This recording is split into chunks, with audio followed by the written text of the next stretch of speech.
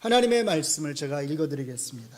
요시야가 또 유다 땅과 예루살렘에 보이는 신접한 자와 점쟁이와 드라빔과 우상과 모든 가증한 것을 다 제거하였으니 이는 대제사장 hil기야가 여호와의 성전에서 발견한 책에 기록된 율법의 말씀을 이루려 함이라. 요시야와 같이 마음을 다하며 뜻을 다하며 힘을 다하여 모세의 모든 율법을 따라 여호와께로 돌이킨 왕은 요시야 전에도 없었고 후에도 그와 같은 자가 없었더라. 그러나 여호와께서 유다를 향하여 내리신 그 크게 타오르는 진노를 돌이키지 아니하셨으니 이는 므낫세가 여호와를 경노하게 한 그 모든 경노 때문이라. 여호와께서 이르시되 내가 이스라엘을 물리친 것 같이 유다도 내 앞에서 물리치며 내가 택한 이 성 예루살렘과 내 이름을 거기에 두리라 한 이 성전을 버리리라 하셨더라. 요시야의 남은 사적과 행한 모든 일은 유다 왕 역대 지략에 기록되지 아니하였느냐. 요시야 당시에 애굽의 왕 바로 느고가 아수르 왕을 치고자 하여 유브라데 강으로 올라가므로 요시야 왕이 맞서 나갔더니 애굽 왕이 요시야를 무깃도에서 만났을 때에 죽인지라. 신복들이 그의 시체를 병거에 싣고 무깃도에서 예루살렘으로 돌아와 그의 무덤에 장사하니 백성들이 요시야의 아들 여호와스를 데려다가 그에게 기름을 붓고 그의 아버지를 대신하여 왕으로 삼았더라. 아멘. 이 하나님의 말씀을 통해서 하나님께서 하나님의 뜻을 우리에게 잘 드러내 주시기를 바랍니다. 2024년도 마지막 주일 예배입니다. 특별히 한 해를 마무리하는 이 마지막 예배에 참여하신 우리 성도님들에게 감사합니다. 정말로 감사합니다. 그리고 무엇보다도 이 마지막 예배에 참여할 수 있는 큰 은혜를 베푸신 우리 하나님 앞에 영광을 돌립니다.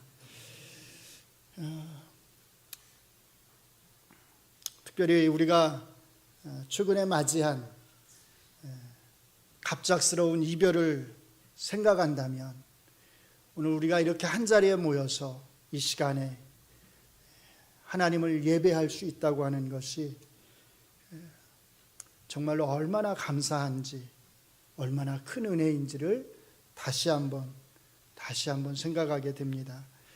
지난 수요일 크리스마스 감사 예배에 우리 고 박철음 집사님이 어머님이신 이쾌순 권사님을 모시고 참석하셨습니다. 불과 며칠 전 일입니다. 우리 중 누구도 우리 집사님이 이렇게 갑자기 하나님의 부르심을 받아서 우리와 함께 새로운 새해를 맞이하지 못할 거라고 하는 그 생각을 누구도 하지 못했을 것입니다. 정말로 뜻하지 않은, 예기치 않은 그런 부르심, 죽음이었습니다. 성경에도 이런 예기치 않은 죽음을 맞이한 사람이 있어요. 바로 오늘 본문에서 우리가 읽은 남유다의 요시야 왕입니다. 이 요시야 왕은 열왕기서의 저자가 다윗 왕, 그 다음에 히스기야 왕, 이 두 왕과 더불어서 아주 극찬을 하는 세 번째 왕입니다. 어떤 면에서 보면 개인적으로 제가 볼 때 이 열왕기서의 저자는 우리가 잘 아는 히스기야 왕보다도 이 요시야 왕을 더 높이 평가하는 것 같습니다. 오늘은 이제 이 요시야 왕에 대한 이야기를 좀 나누려고 합니다. 그런데 이 요시야 왕에 대한 이야기를 우리가 잘 이해하려면 그 앞에 나오는 22장, 23장을 우리가 사실은 함께 봐야 돼요. 그래서 괜찮으시다면 앞에다 성경을 좀 펴놓으시고 함께 성경을 보시면서 따라와 주셨으면 좋겠습니다. 말씀드린 대로 요시야 왕의 이야기는 열왕기 하 22장부터 시작이 됩니다. 우리가 잘 아는 히스기야 왕이 죽고 그 아들 므낫세가 12살에 왕이 돼요. 그리고 무려 몇 년을 통치하냐면 55년을 통치를 합니다. 물론 이 55년 동안 혼자서 다 통치한 건 아니고 앞에 이제 몇 년은 히스기야 왕하고 함께 통치를 했습니다. 그런데 그 앞에 몇 년을 뺀다 하더라도 이 므낫세 왕은 약 50년 정도를 혼자 통치를 합니다. 문제는 이 므낫세 왕이 그 긴 기간 동안 남유다를 통치하면서 자기 아버지 히스기야 왕이 행했던 그 온갖 종교적인 개혁들, 우상들을 다 제거했잖아요. 다 쫓아냈잖아요. 그 모든 조치들을 다 헛된 것으로 만들어버렸다는 겁니다. 그리고 그 이전과 같이, 옛날과 같이 온갖 종류의 우상들을 다시 섬기도록 했다는 겁니다. 열왕기하 21장은 이 므낫세 왕의 우상 숭배가 얼마나 심했는지를 낱낱이 고발하고 있습니다. 이렇게 우상 숭배로 가득했던 므낫세 왕이 죽고 이제 그 아들 아몬이 남유다의 왕위에 오릅니다. 그때 나이가 22세, 22살이었습니다. 그는 불과 2년밖에 통치를 못합니다. 왜냐하면 자기 신하에게 암살을 당했기 때문입니다. 그는 자기 아버지가 행했던 모든 일들을 그대로 따라서 온갖 우상 숭배들을 행했습니다. 그리고 불과 2년을 다스리고 암살을 당하게 됩니다.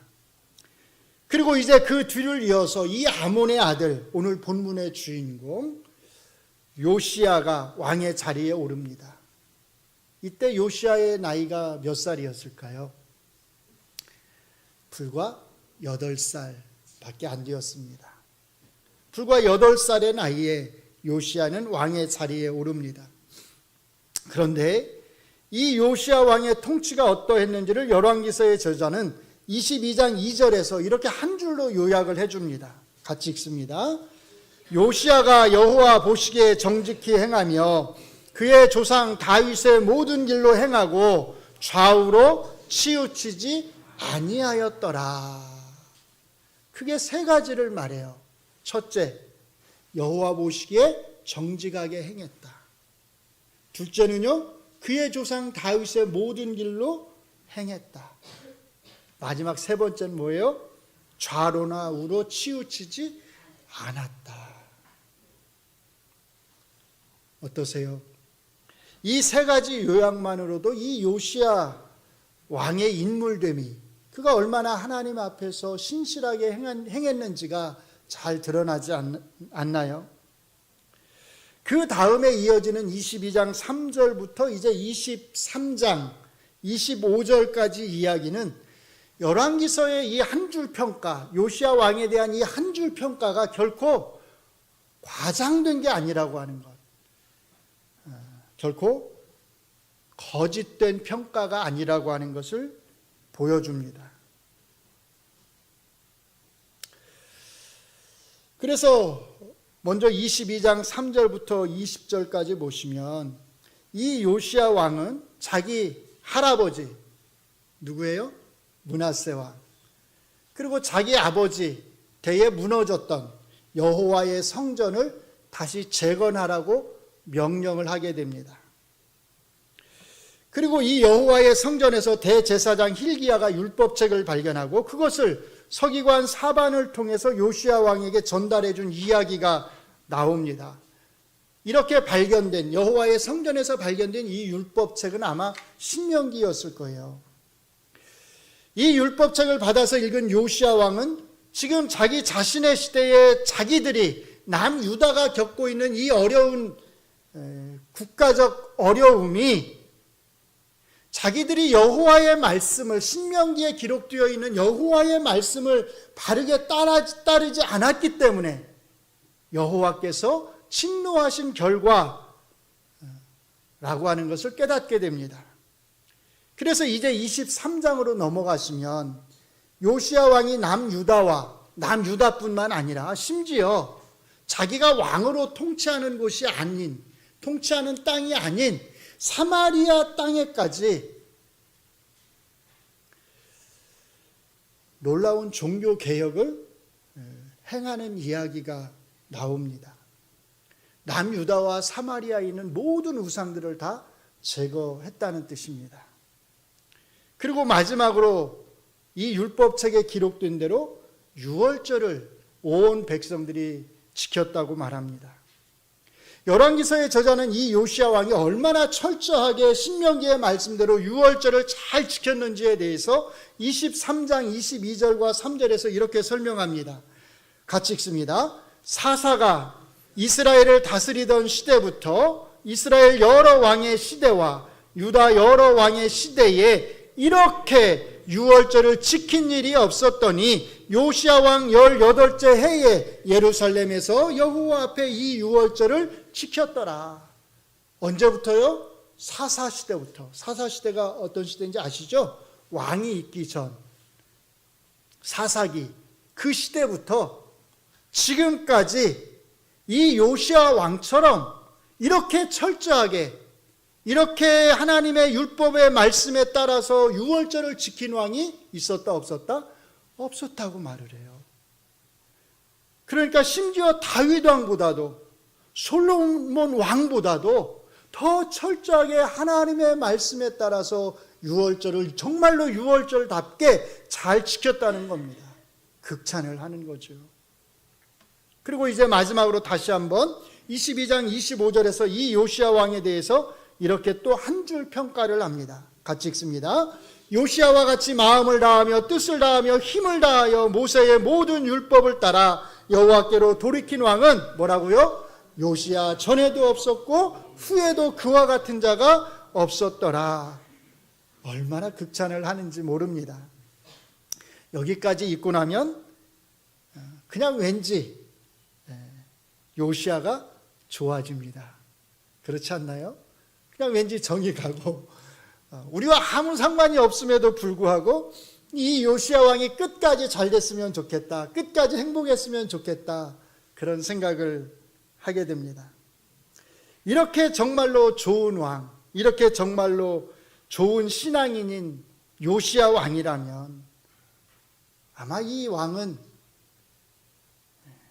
하나님의 많은 복을 받았을 것이다, 그런 기대를 하게 됩니다. 그리고 아마도 죽을 때까지 평안하게 살다가 죽게 되었을 것이다 라고 하는 그런 기대를 하게 됩니다.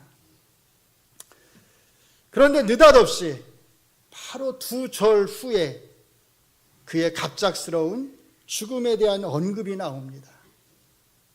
죽었다는 거예요. 어디서요? 전쟁터에서. 이때 그의 나이 몇 살이었을까요? 39살이었습니다. 39살. 아까 므낫세 왕이 몇 년을 통치했다고 그랬죠? 55년. 자기 아버지하고 함께 통치한 걸 빼더라도 50년 정도를 혼자서 통치했습니다.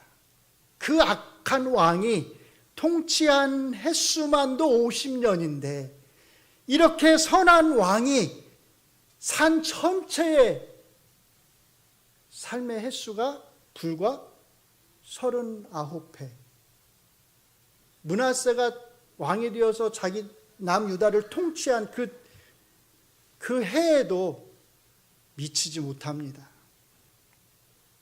우리말 성경에 따르면 애굽의 느고 왕이 아수르 왕을 치기 위해서 북쪽으로 올라가는데 이 애굽 왕이 북쪽으로 올라가지 못하도록 막으려고 하다가 무깃도라고 하는 곳에서 전사한 것입니다. 많은 복은 고사하고 므낫세 왕같이 이런 악한 왕들이 누리는 이 장수는 고사하고 요시야 왕이 이렇게 일찍 전쟁터에서 죽은 것을 보면 왠지 약간 허탈감 같은 것이 들기도 합니다. 너무나 안타깝다. 너무나 속상한 마음이 듭니다. 나하고 친한 사람은 아니었지만, 내가 잘 아는 사람은 아니었지만 그냥 속상한 마음이 듭니다. 그리고 하나님이 왜 그러셨을까? 하나님이 왜 이 요시야 왕을 이렇게 일찍 데려가셨을까라고 하는 생각이 듭니다. 하나님이 왜 그러셨을까요? 열왕기서의 저자가 전무후무하다고 말하는 이 요시야 왕을 하나님은 왜 이렇게 일찍 데려가신 걸까요? 사실 우리는 그 이유를 정확히 모릅니다. 그리고 사실 오늘 본문이 우리에게 말하고자 하는 핵심은 또 사실 그것도 아닙니다. 오늘 본문이 우리에게 말하려고 하는 것, 그게 뭘까요? 그 앞에 나오는 요시야 왕의 신실함과 개혁에 대한 말씀을 통해서 열왕기서의 저자는 우리에게 뭘 말하고 싶은 걸까요?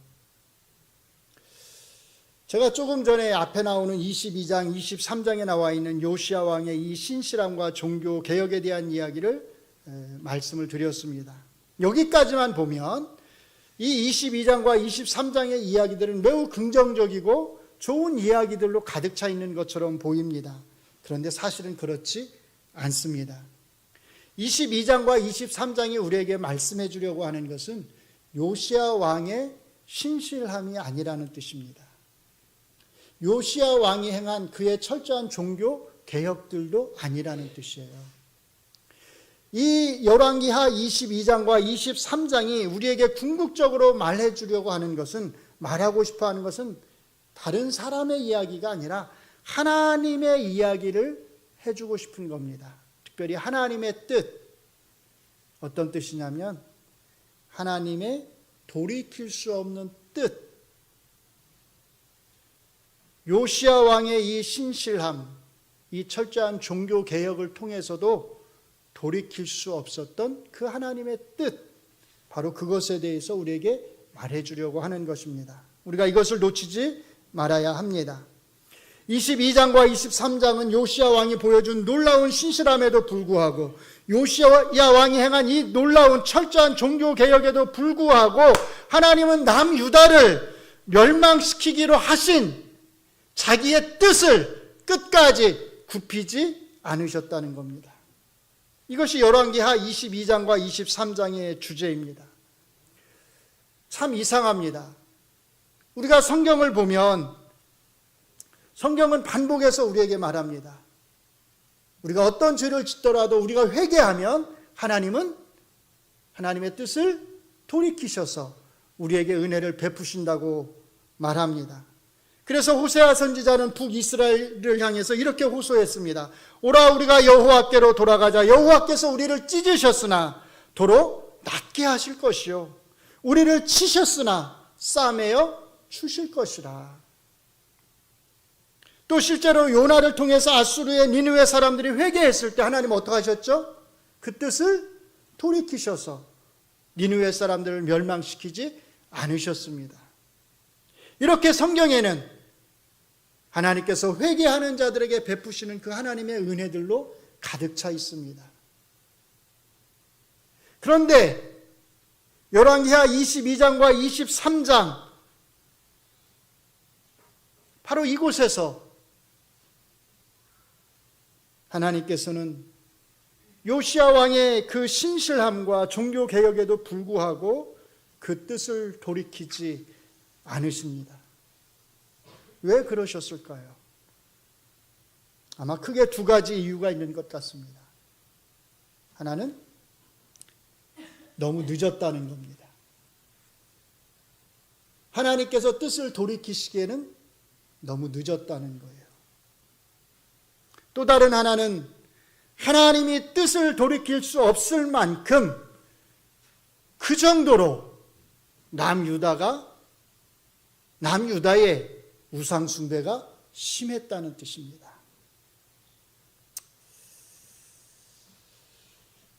그래서 사실은 우리가 22장과 23장에서 두 곳을 잘 살펴야 됩니다. 첫째로 22장에서 요시야 왕이 율법서를 발견한 이야기 다음에 14절부터 나오는 이야기가 있어요. 그게 뭐냐면 여선지자 훌다의 예언입니다. 22장 16절 17절을 같이 보시겠습니다. 여호와의 말씀이 내가 이곳과 그 주민에게 재앙을 내리되 곧 유다 왕이 읽은 책의 모든 말대로 하리니 이는 이 백성이 나를 버리고 다른 신에게 분향하며 그들의 손의 모든 행위로 나를 경노하게 하였음이라. 그러므로 내가 이곳을 향하여 내린 진노가, 그 다음에 뭐라고요? 꺼지지 아니하리라.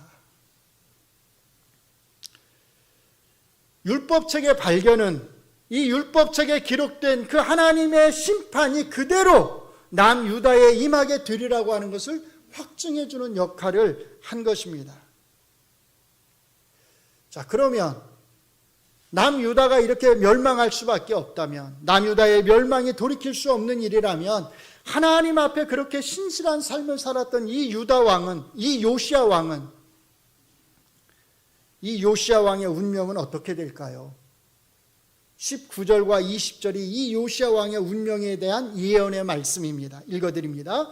내가 이곳과 그 주민에게 대하여 빈터가 되고 저주가 되리라 한 말을 내가 듣고 마음이 부드러워져서 여호와 앞 곧 내 앞에서 겸비하여 옷을 찢고 통곡하였으므로 나도 내 말을 들었노라. 여호와가 말하였느니라. 그러므로 보라, 내가 너로 너의 조상들에게 돌아가서 평안히 묘실로 들어가게 하리니 내가 이곳에 내리는 모든 재앙을 내 눈이 보지 못하리라 하셨느니라. 요시야 왕이 어떻게 죽게 되리라고 말씀하죠? 평안히 죽게 되리라고 말씀합니다. 아마도 그 이유는 그가 남유다에 내려지게 되는 그 멸망을 자기 눈으로 보지 않을 것이기 때문입니다. 두 번째 주목해야 되는 말씀이 있습니다. 23장에 나오는 요시야 왕의 종교개혁 다음에 나오는 말씀입니다. 26절, 27절을 읽어드립니다. 그러나 여호와께서 유다를 향하여 내리신 그 크게 타오르는 진노를 뭐라고요? 돌이키지 아니하셨으니 이는 므낫세가 여호와를 경노하게 한 그 모든 경노 때문이라. 여호와께서 이르시되 내가 이스라엘을 물리친 것 같이, 즉 북이스라엘을 멸망하게 한 것처럼 그렇게 남유다도 내 앞에서 물리치며 내가 택한 이 성 예루살렘과 내 이름을 거기에 두리라 한 이 성전을 버리리라 하셨더라. 그러니까 22장, 23장의 말씀에는 크게 두 가지 메시지가 나옵니다. 하나는 남유다의 왕인 요시야 왕의 놀라운 신실함과 그가 행한 종교개혁에 대한 메시지입니다. 또 다른 하나는 이 요시야 왕의 이 놀라운 신실함과 종교개혁에도 불구하고 돌이킬 수 없는 남유다의 멸망, 하나님의 뜻에 대한 메시지입니다. 이 두 개의 메시지를 우리가 함께 생각한다면 22장, 23장에 나오는 이 요시야 왕의 이야기는 우리에게 너무나 분명한 메시지를 던져줍니다. 어떻게 해야 된다? 어떻게 해야 된다? 하나님의 진노를 돌이킬 수 없게 되기 전에 뭐 해야 돼요? 회개해야 한다는 뜻입니다. 그 전에 회개하고 잘못된 것을 바로 잡아야 한다는 겁니다. 하나님이 뜻을 굽히지 않고 뜻을 돌이키시지 않게 되기 전에 우리 안에 있는 온갖 우상 숭배적인 것들을 버려야 한다는 겁니다. 돌아가야 된다는 거예요. 하나님의 말씀으로, 율법으로 늦기 전에 돌아가야 한다는 것입니다. 우리 교회 공동체를 한번 잘 살펴보시기 바랍니다. 우리 교회 공동체 안에 우상 숭배적인 것 바로잡아야 할 것은 없는지 우리 자신을 이 마지막 예배를 통해서 잘 살펴볼 수 있기를 바랍니다. 혹시 우리의 이 예배 자체가 우상 숭배적인 것은 아닐까요? 어떤 분은 이렇게 말할지 모르겠어요. 아니, 하나님을 예배하기 위해서 모인 이 예배가 어떻게 우상 숭배적인 것이 될 수 있겠습니까? 그런데 그럴 수 있습니다. 어떻게 하면요? 이 예배가, 우리의 예배가 하나님 중심의 예배가 아니라, 하나님을 위한 예배가 아니라 사람 중심의 예배라면 이 예배는 우상 숭배적인 것입니다. 이것은 특별히 제가 지난주에 말씀드린 참된 설교가 무엇인지를 생각하면 잘 아실 수 있을 것입니다. 하나님이 이 예배의 시간을 통해서 우리에게 주시는 그 하나님의 말씀을 통해서 우리가 우리의 마음을 찢지 않는다면 이 예배는 우상 숭배적인 것이 될 것입니다.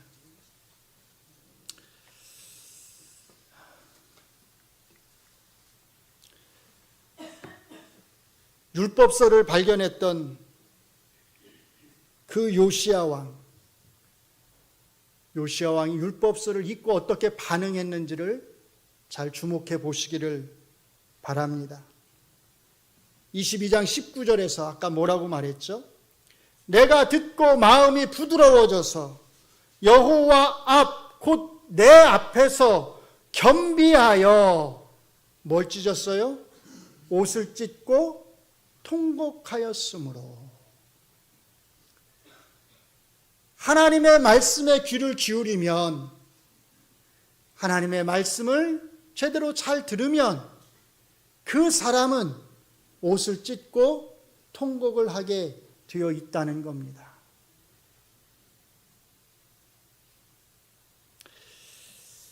하나님이 주시는 말씀을 통해서 우리는 우리의 마음을 찢어야 합니다.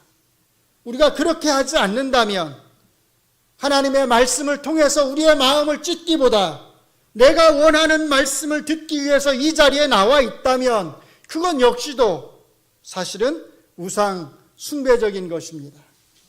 이 예배가 나의 만족을 위한 것이라면, 나는 그리스도인이다, 나는 예배를 드렸다, 나는 주의를 잘 지켰다 라고 하는 것으로 여러분들이 만족을 누리기 원한다면 그 예배는 우상 숭배적인 것입니다. 여러분 자신에게 한번 잘 물어보시기 바랍니다. 나는 지금 왜 이 예배의 자리에 있는가? 나는 왜 이 예배의 자리에 있는가? 나는 왜 하나님의 말씀을 들으려고 하는가? 누구를 위해서 여러분은 이 자리에 있고, 누구를 위해서 여러분은 하나님의 말씀을 듣기를 원하십니까? 무엇보다도 하나님의 교회 공동체가 하나님의 말씀을 가르치고 전하기보다는 다른 여러 행사들에 집중해 있다면 그건 역시도 우상 숭배적인 것이 되는 것입니다. 여러분들이 행하는 그 봉사 안에, 여러분들이 행하는 그 헌신들 안에, 성가대가 하나님 앞에 올리는 그 찬양 안에 하나님의 영광이라고 하는 이 6단어 외에, 6글자 외에 다른 무엇인가가 거기에 들어가 있다면 그건 역시도 사실은 다 우상 숭배적인 것입니다. 사랑하는 성도 여러분, 우리가 당연하게 해왔던 일들, 우리가 당연하게 생각해왔던 것들, 그 모든 것들을 이제 우리가 하나님의 말씀에 비추어서 다시 한번 생각해 볼 수 있기를 바랍니다. 그리고 만약 그 안에 우리가 당연하게 해왔던 일들 안에, 우리가 당연하다고 생각해왔던 그것들 안에 잘못된 것들이 있다면 우리는 그것들을 바로 잡아야 합니다. 늦기 전에, 돌이킬 수 없기 전에 우리가 바로 잡아야 합니다. 다른 교회가 어떻게 하느냐, 큰 교회가 어떻게 하느냐, 그것이 기준이 아닙니다. 그 기준은 오직 하나님의 말씀밖에 없습니다. 우리가 60년 동안 어떻게 해왔느냐가 그 기준이 아닙니다. 오직 하나님의 말씀이 기준입니다. 우리 교회가 내년이면 60년이라고 하는 긴 역사를 가지게 됩니다. 이것은 우리 교회의 큰 자랑이고, 저는 이 60년이나 된 이 교회 담임 목사라고 하는 것이 것에 큰 자부심을 갖습니다. 그러나 동시에 잘 생각해 보시기 바랍니다.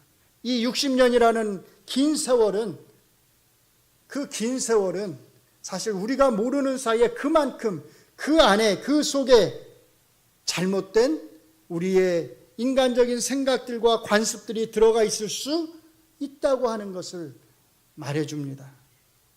사람들은 세월이 지날수록 하나님의 말씀보다는 자기 자신들이 해오던 일들, 자기 자신들에게 익숙한 일들, 자기 자신들이 옳다고 생각하는 것들에 빠지기가 쉽습니다. 그리고 바꾸려 하지 않습니다. 왜냐하면 지금까지 그렇게 해왔으니까. 그리고 그게 편하니까요. 사랑하는 성도 여러분, 우리는 변해야 합니다. 그리고 그 변화의 기준은 하나님의 말씀이어야 합니다. 그 위에 아무것도 없습니다. 열왕기서의 저자가 요시야 왕이 행했다고 하는 그 세 번째의 것, 세 번째의 행위, 그게 뭐였죠? 좌로나 우로나 치우치지 않았다. 바로 이것입니다. 우리는 하나님의 말씀에서 좌로나 우로나 치우치지 않아야 합니다. 올 한 해 우리가 정말로, 우리 교회 공동체가 정말로 하나님의 말씀에서 좌로나 우로나 치우치지 않았는지를 우리가 한번 잘 살펴볼 수 있기를 바랍니다. 혹이라도 우리 안에 치우친 부분이 있다면 우리가 내년에는 반드시 그것을 바로 잡을 수 있기를 바랍니다. 마지막으로 요시야 왕의 이때 일은 죽음과 관련해서 간단하게 한 말씀 드리겠습니다. 우리는 이 요시야 왕의 갑작스러운 죽음에 당황하지만 그럼에도 불구하고 우리가 처음에 보았듯이 성경은 이 요시야 왕의 죽음을 평안한 죽음이라고 말한다는 겁니다.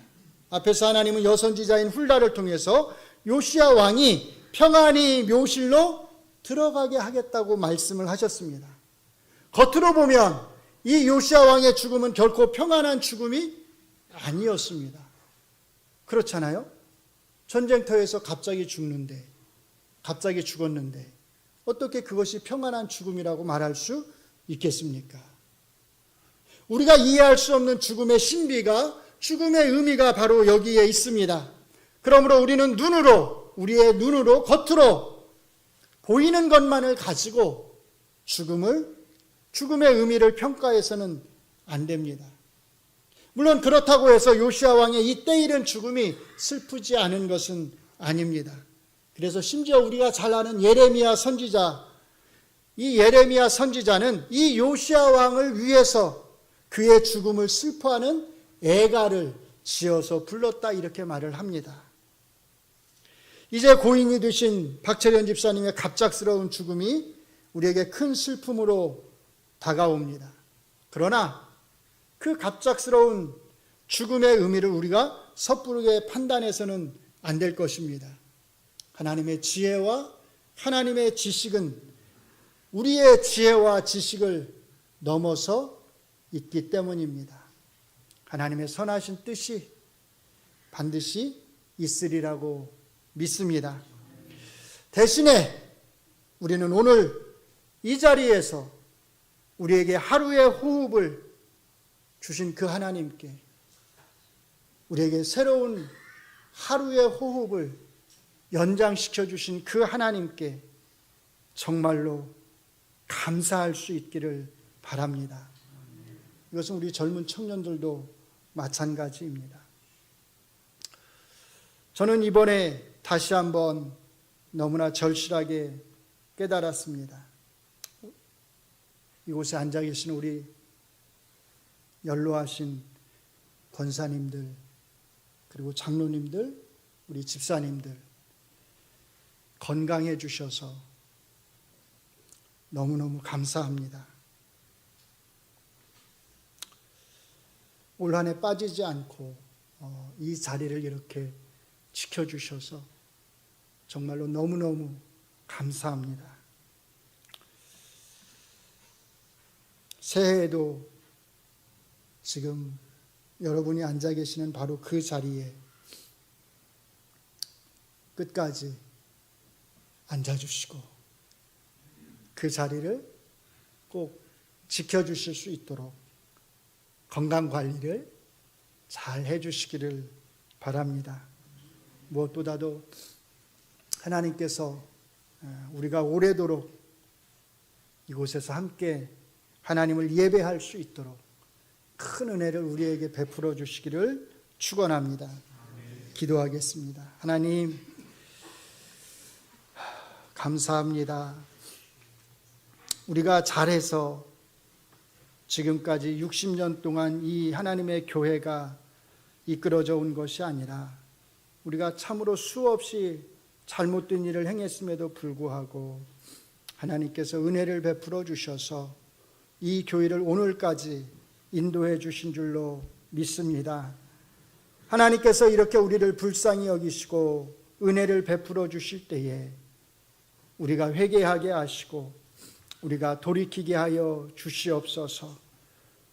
우리가 지금까지 어떻게 해왔는지가 아니라 다른 교회들이 어떻게 행하는지가 아니라 하나님의 말씀에 비추어서 우리 안에 있는 잘못된 것들을 버리게 하시고 우리 안에 있는 우상 숭배적인 것들을 버릴 수 있도록 은혜를 내려 주시옵소서.